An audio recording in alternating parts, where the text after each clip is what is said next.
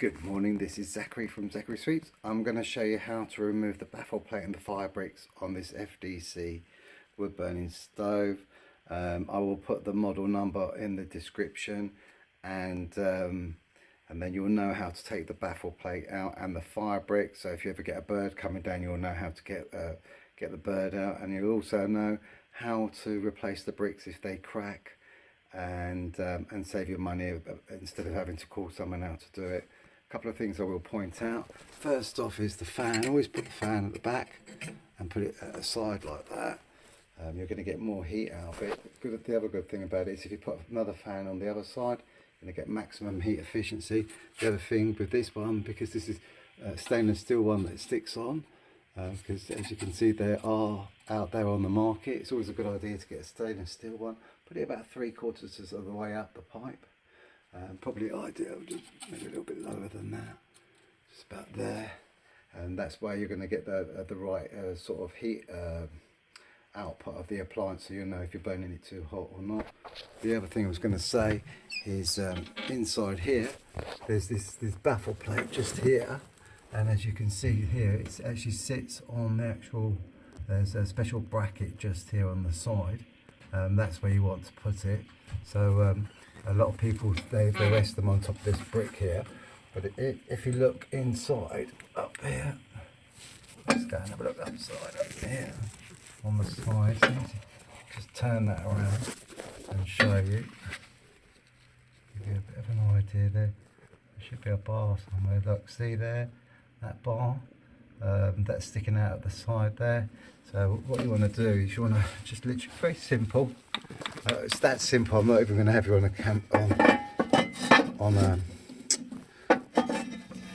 a stand, and then that's it. It comes out like that. Just twist it round. As you can see, there's the two bars there. They go lift it up, and then you put it so it's pat on top of these two bars on either side. Then that'll drop down. So you can take that out if you want to, lift it up to one side, and then that comes out, drop it down like that. But the other thing I can show you is that this comes out as well. But what we're going to do, so I'm trying to do it all with one hand. So basically, a lot of people, as I said, a lot of people, what they do with these is they put them here, and that's the wrong way. Let me just put it into position so I can show you. Excuse me, because I'm trying to do this all with one hand at the moment. So they're sitting on top of the brick like that, as you can see. So yeah, basically what you do is how to remove the bricks is that they literally lift off. Take this bit off first. Obviously do it at an angle, and then you sort of tip it over to one side like that, and then these bricks will just lift off and they'll come out like that, and then they drop down like that, and then you can put them to one side on the floor and do the other side that way as well, lift them off. And then that's what they do, they go down that like that, and then basically lift that out like that, put that down as well. This customer is burning wood and coal on it. It's not a problem at all, as long as you empty out the ash. It's not a problem to keep the air circulated. As you can see, this has got a crack in the actual fire brick. There's no issues with that at all.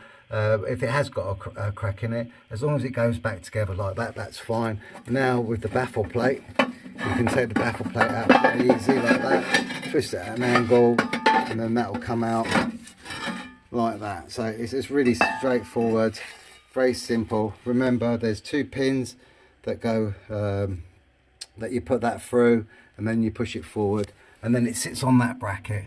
It's as simple as that. So that's how you remove the fire bricks. So remember, when you remove the fire bricks, the way that, and the baffle plate and the front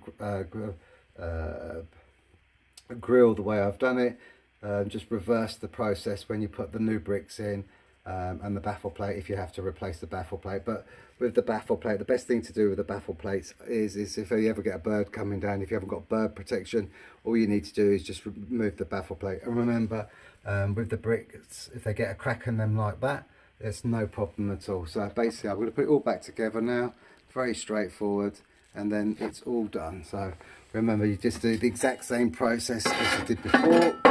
You put the baffle plate in first. So we literally can do it all with one hand.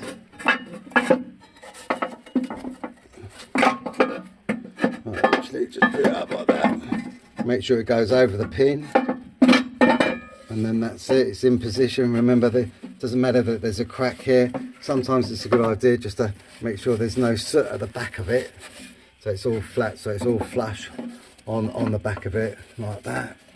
Like that. So just check the other side as well. But sometimes you can get, as you can see, there's a little bit of soot on the back of it, which can push it out a bit. And then push it back into position like that. And that's fine. Remember, a lot of people make this massive mistake of having to replace it. Remember, it sits on that little bracket there at the back there. That's what it's designed to do. As you can see, it's not sitting on there properly, so we'll make sure that we get it into the right position. A little bit of soot on there, so literally just push that back. And then what we do,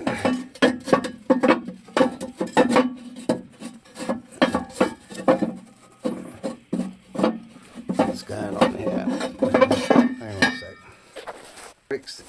So right, basically now I've just cleaned that bracket at the back. So as you can see, it's sitting on there properly. And then we find the pins at the back, and then we put it into position. And now it's sitting up there okay. I'll just shine a torch up there so you can see that it has been done properly. We'll do this side. We can just show you what's going on up there. It's a bit difficult to sort of see. I'll do this side instead. But, just up there. Let's see if we can. There's a pin there. What's going on?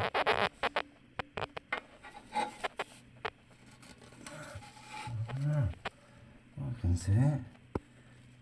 Let's see.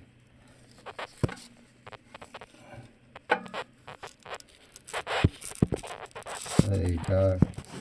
See, that's where it sits there like that. And I've done the same on the other side.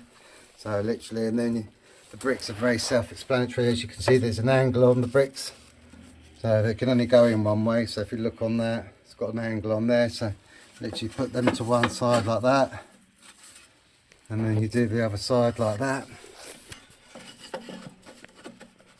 And then you put this back into position. What I normally do is when I do these, I'll just take one brick out first and just have one brick in there just to give you that access point like that. So, and then you sort of put the brick back into position, lift it up.